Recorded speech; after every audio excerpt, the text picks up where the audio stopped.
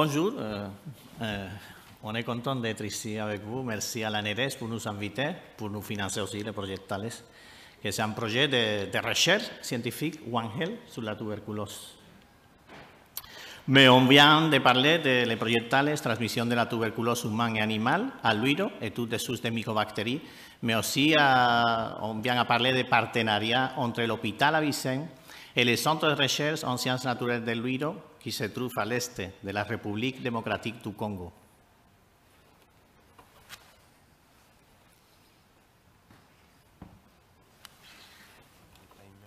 Bon, je travaille comme chercheur associé dans le centre de recherche, chercheur associé expatrié dans le centre de recherche en sciences naturelles de l'huiro, et je suis aussi vétérinaire-chef de l'esantuaire. Bon, je pilote aussi un programme de renforcement des capacités pour les vétérinaires africains dans l'esantuaire. Alors, pour savoir où on est, la localisation du projet Thales, de le centre de recherche en sciences naturelles de l'huiro, se trouve à l'est de la République démocratique du Congo, dans la province de Sud-Kivu. On est à 36 km de Bukavu et on est au sud de la province de Nord-Kivu, où se trouve la ville de Goma. Là, on est dans le Val de Rift. Vous pouvez voir qu'on est au bord de la forêt équatoriale africaine, où il y a une intense interface humaine et animale. Et pourquoi? Parce que là-bas, dans le Val de Rift, en face Ouganda, Rwanda et Burundi, dans cette ligne-là, on trouve presque 37 millions de personnes qui bougent, et qui bougent aussi à cause d'une chose que c'est un conflit. Un conflit qui aujourd'hui est vivant, et un conflit qui fait qu'aujourd'hui, le Nord Kivu et le Sud Kivu sont occupés pour les M23. Un groupe rebelle qui dit défendre les droits des Tutsis à l'est de la RDC. Mais en tout cas, on va parler de tuberculose. Mais ici, il y a un problème dérivé des conflits de 1994, le génocide rwandais. Mais c'est un conflit aujourd'hui qui avait l'origine ethnique. Mais maintenant, c'est un conflit pour les ressources naturelles, pour les minéraux qu'il y a là-bas.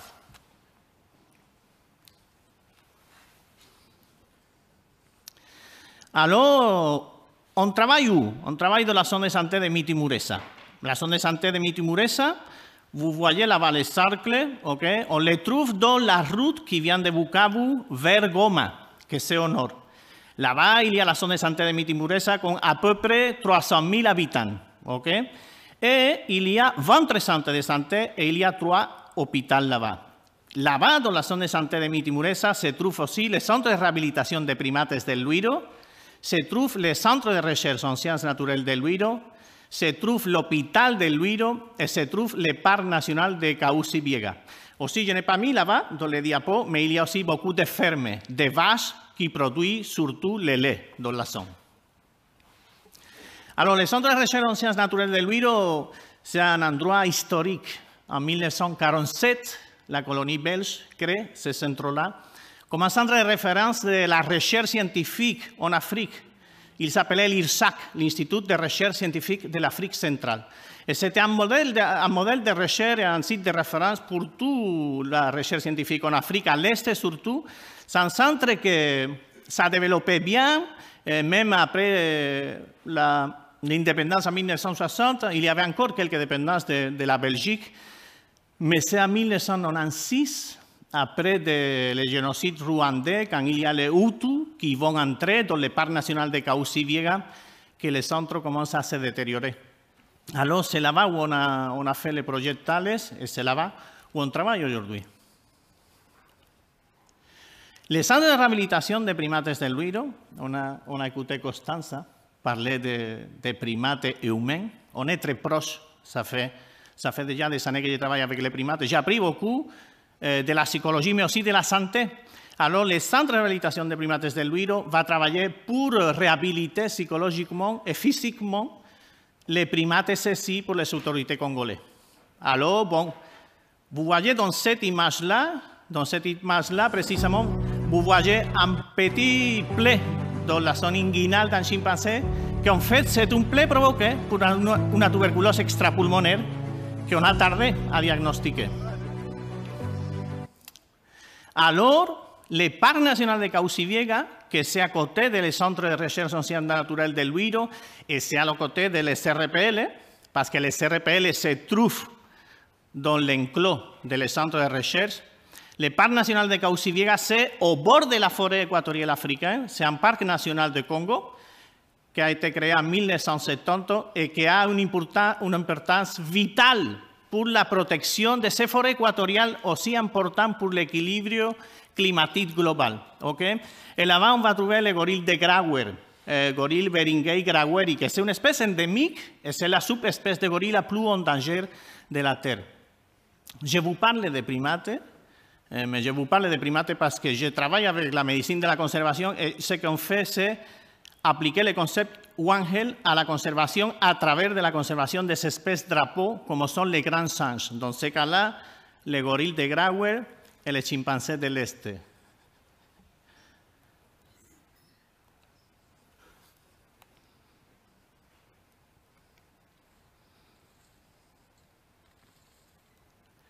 Alors, le centre hospitalier de Luiro, qui appartient à la direction provinciale de santé de la province, c'est aussi un hôpital qui dépend du département de nutrition du centre de recherche. Alors, c'est un hôpital où on soigne les gens de la zone de santé de Miti-Muresa, mais où on fait la recherche.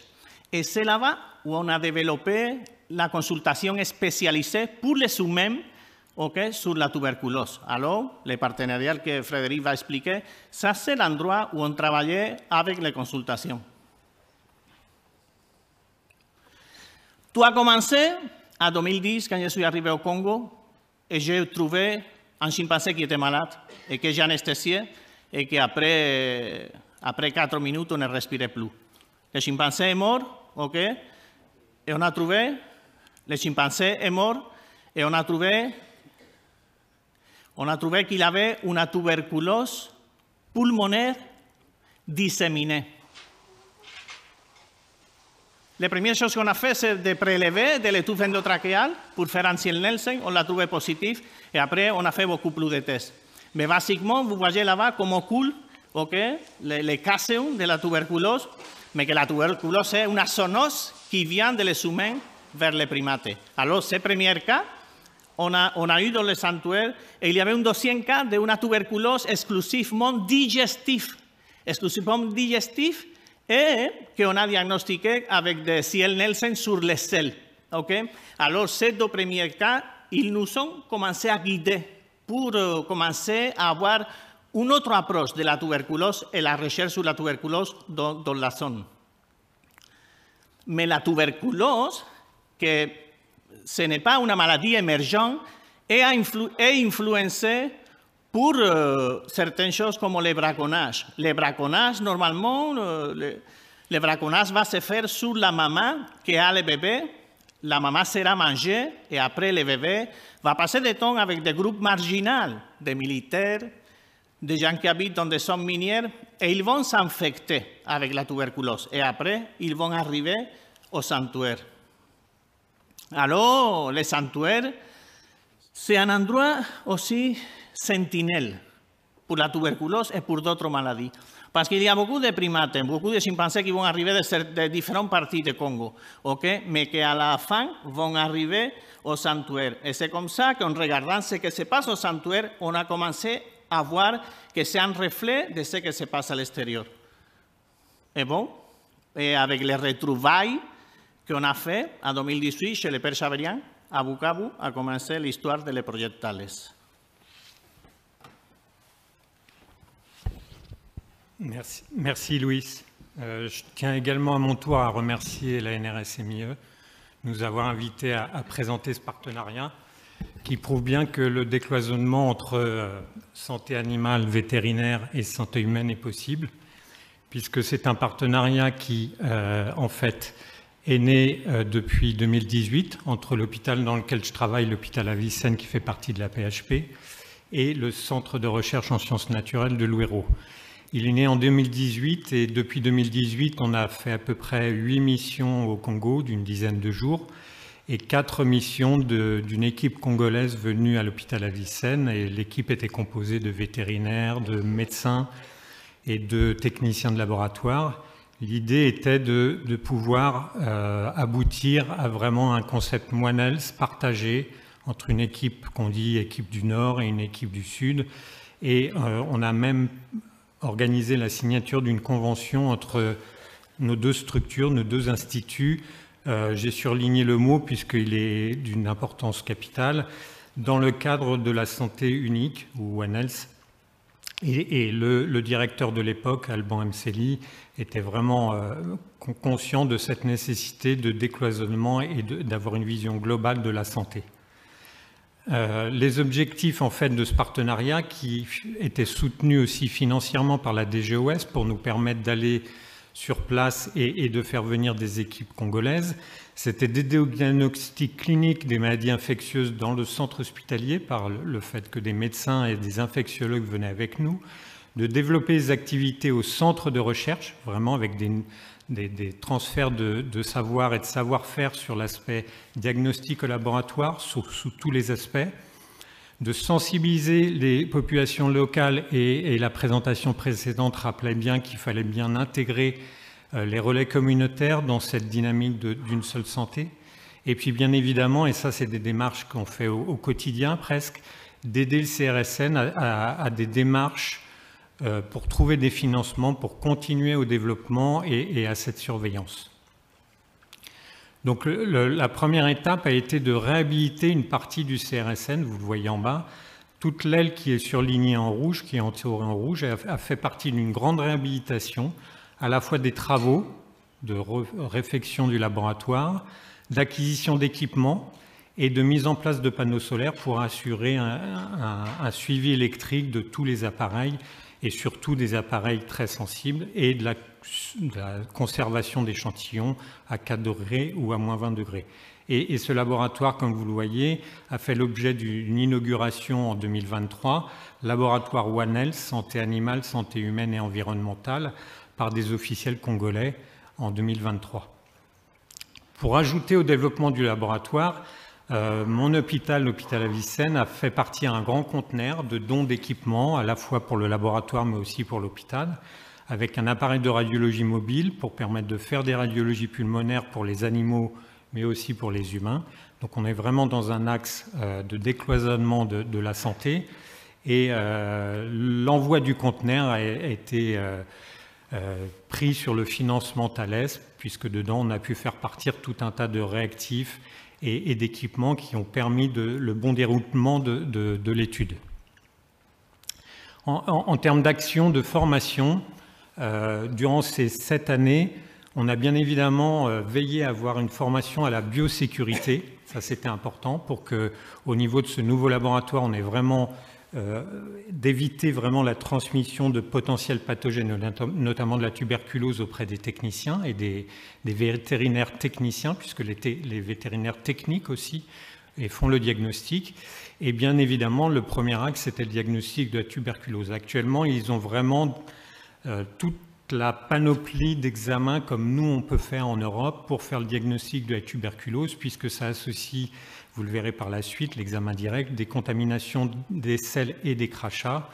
Ils peuvent faire le test antigénique de dépistage par MPT64. Et puis, bien évidemment, dans le cadre du projet Thales, on a pu faire venir un appareil de chez Cepheid pour tester les cassettes Cepheid MTBDR+.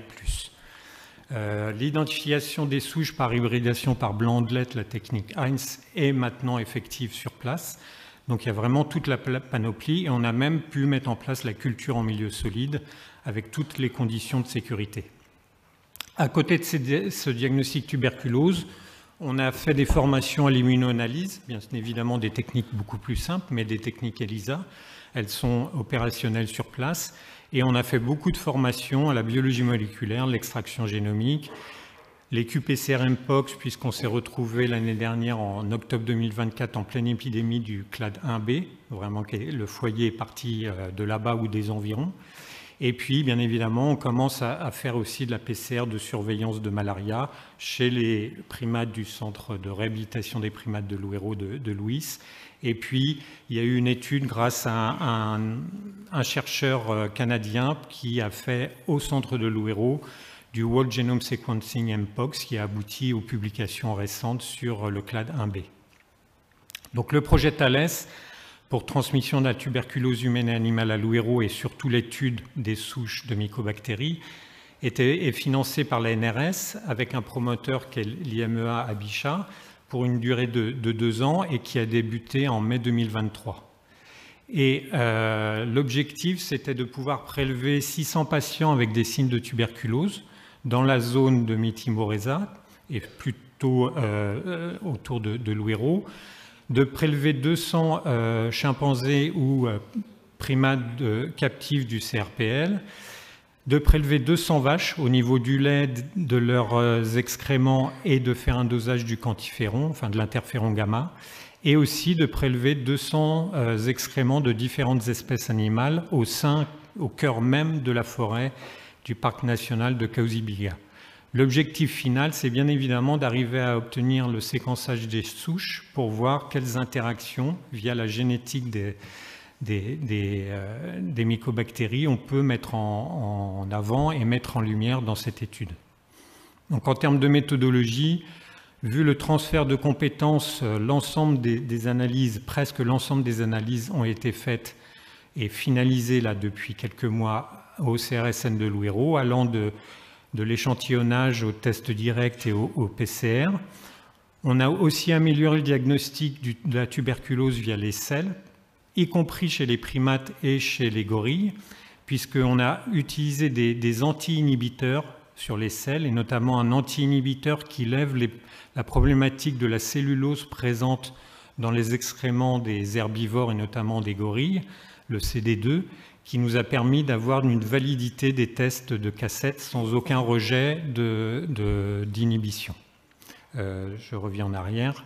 L'ensemble des échantillons positifs sont arrivés en novembre dans notre laboratoire P3 à l'hôpital Avicenne, dans l'objectif de faire une extraction génomique et de pouvoir faire du Whole Genome Sequencing, qui pour le moment est en cours.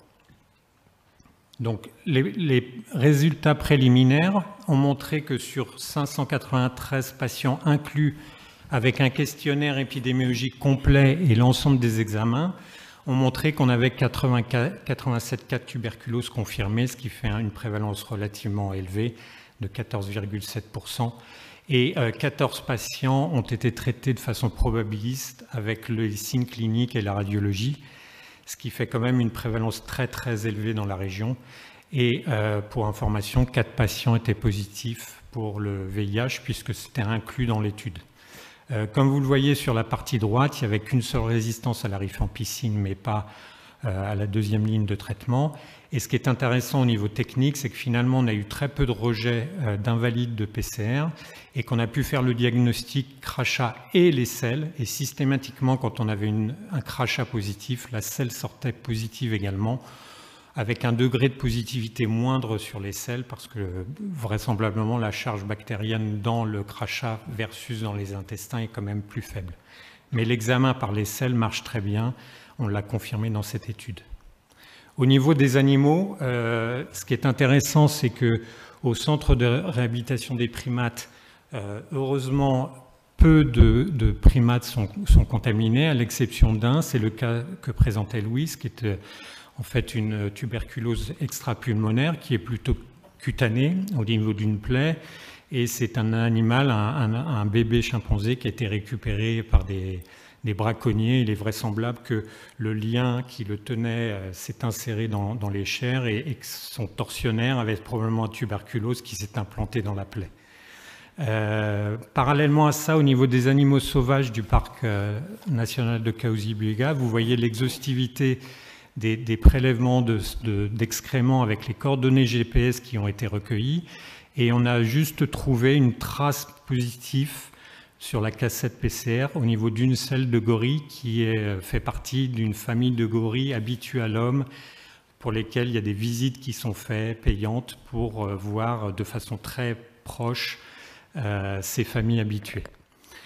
Pour moi, le plus important, c'est finalement les prélèvements qui ont été faits sur les vaches, puisque 199 vaches ont été prélevées et on a retrouvé 3 selles de vaches qui avaient des traces de PCR au niveau des selles. Et on a retrouvé à peu près 12 échantillons de sang de ces vaches avec un gamma interféron positif à tuberculose qui réagissait à la tuberculine bovine, ce qui prouve bien qu'il y a dans cette région-là des traces de tuberculose dans les élevages. Et quand on évoquait la problématique des réseaux communautaires, c'est vraiment important de pouvoir relayer cette information. Donc en fait, le CRSN de Louero est vraiment au cœur de cette notion One Health. Pour faire de la surveillance zoonotique, on voit qu'il y a possibilité de faire des prélèvements au niveau des chauves-souris, des rats, des primates. Il y a vraiment cette consultation et cette prise en compte de la santé humaine, et il y a possibilité de faire des prélèvements. Et donc en fait, on souhaite avec Louise promouvoir cette notion One Health. Et au sein de mon hôpital, on a pu faire une exposition photo il y a une dizaine de jours pour expliquer ce concept-là. Et un film documentaire est en cours de réalisation avec l'aide financière du ministère des Affaires étrangères par la voix d'Anne-Claire Amprou, l'ambassadrice en santé mondiale de la France, et grâce aussi à une part financière de l'ANRS qui nous permet d'avancer sur ce documentaire qui souhaite un peu, dont l'objectif est un peu de vulgariser et de diffuser à l'ensemble des personnes ce concept One Health. Voilà. Je souhaite, et au nom de moi et Louis, remercier vraiment l'ANRS, MIE, l'hôpital Avicenne qui me permettent vraiment de donner de l'énergie dans ce partenariat, et puis tous les ministères, la DGOS, FHF, qui nous poussent dans cette voie-là.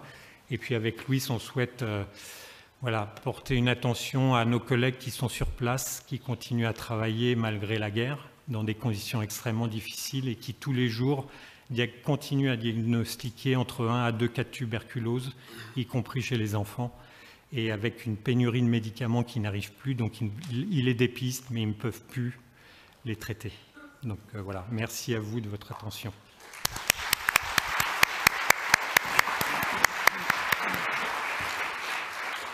Merci beaucoup, c'est vrai que c'est passionnant.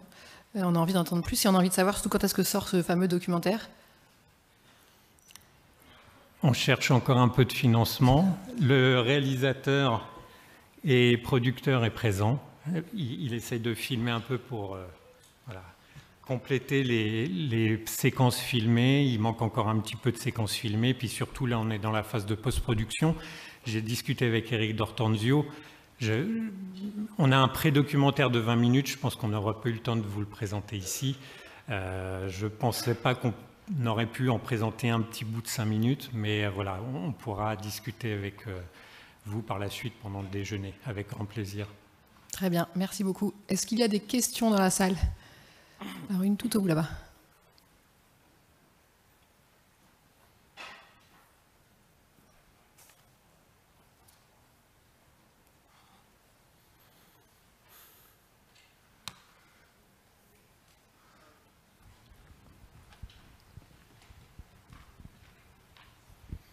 Bonjour, Marilyn Bonnet, Transvia Chimie. Merci beaucoup pour votre présentation, c'était très très intéressant. Et je me posais une question parce que la transmission des bovins à l'homme via le bovis, ça on la connaît assez bien, on sait à peu près ce qu'il faut faire.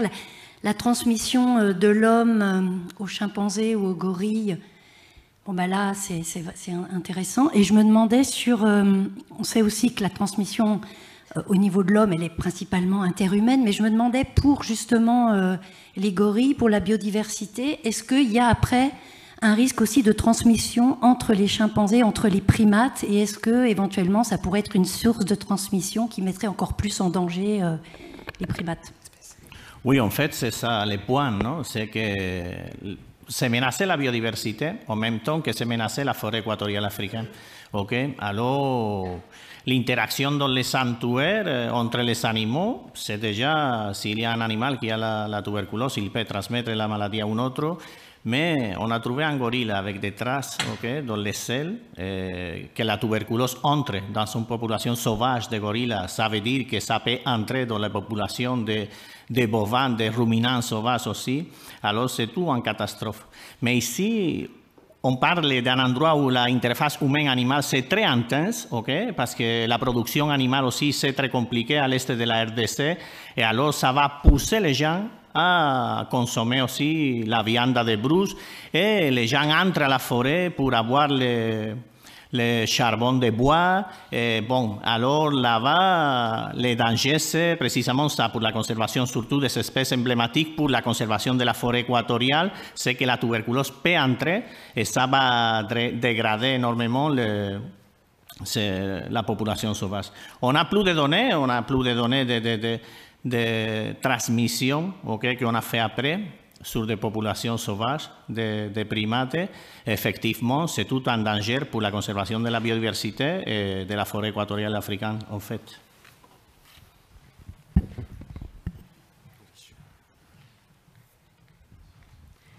Emmanuel Cambeau, je suis microbiologiste à l'Université Paris-Cité et je travaille avec l'OMS pour la surveillance de la résistance aux antibiotiques dans la lèpre.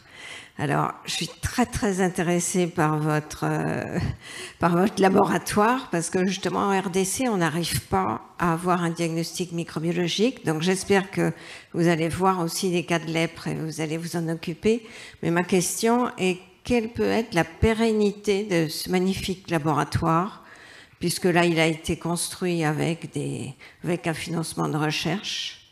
Est-ce qu'il pourrait perdurer? Est-ce qu'on pourrait y faire du diagnostic microbiologique, même de la lèpre? C'est vraiment notre objectif. Et en tout cas, c'est vraiment l'objectif qui me donne l'énergie de continuer. Effectivement, les ressources financières, c'est le point névralgique. Mais effectivement, toutes les démarches presque au quotidien que l'on mène avec Louis, c'est d'essayer de trouver des financements supplémentaires, pas simplement à la NRS, mieux, mais aussi auprès de la Banque mondiale. J'ai des contacts réguliers auprès du Fonds mondial pour essayer de récupérer aussi des financements via la tuberculose, qui est quand même une des 3 maladies soutenues par le Fonds mondial. Et puis après, par l'intermédiaire de privés également, pour tout ce qui est équipement et puis réactif.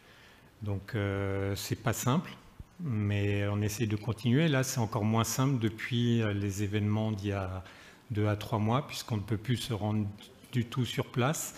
Et on essaie de continuer à faire vivre ce laboratoire par message quotidien, par des réunions Zoom, pour aider au diagnostic, mais régulièrement, tous les soirs, on a un compte-rendu photo du diagnostic de dizaines de patients qui viennent pour des signes de tuberculose. Et tous les jours, on a des cas positifs. Alors, la problématique, comme je le disais, là, c'est d'arriver à faire venir des médicaments. Louis a contacté, va pouvoir vous en dire plus, mais on a pu avoir un contact pour des dons de première ligne de traitement. Il nous faut trouver des financements pour les faire venir jusque là-bas. Mais en tout cas, bon, on travaille avec très peu d'argent. Okay? J'aimerais bien 1 million de ça que vous parlez entre vous. Parce que moi, je n'ai pas ces millions-là. Avec 1 million, on fera beaucoup. Mais je pense que depuis que je suis arrivé au Congo, en 2018, quand j'avais les premiers cas de tuberculose sur les chimpanzés, on avait l'idée de créer ce laboratoire, de faire le diagnostic de la tuberculose sur place, parce qu'en fait, la tuberculose, c'est un problème dans tous les sanctuaires en Afrique que tu ne peux pas résoudre si tu n'as pas les ressources pour le faire sur place, non? Mais je pense que si tu fais les choses bien, bon, les choses vont arriver. Le problème, c'est la guerre. Mais même dans la guerre, on travaille. Et les choses bonnes, c'est que maintenant, on n'est pas là, mais il y a des gens là-bas qui connaissent faire le travail dans les labos. Alors, ça, c'est le plus important, que les gens sur place soient formés pour pouvoir continuer. Mais nous n'attendons pas rien de l'État congolais parce qu'en fait, ça n'existe plus maintenant là-bas. Question de Richard, oui. Oui. Finalement, j'ai l'impression que ma question trouve sa réponse dans les déficits des ressources, des moyens financiers que Ruiz exprime vers la fin.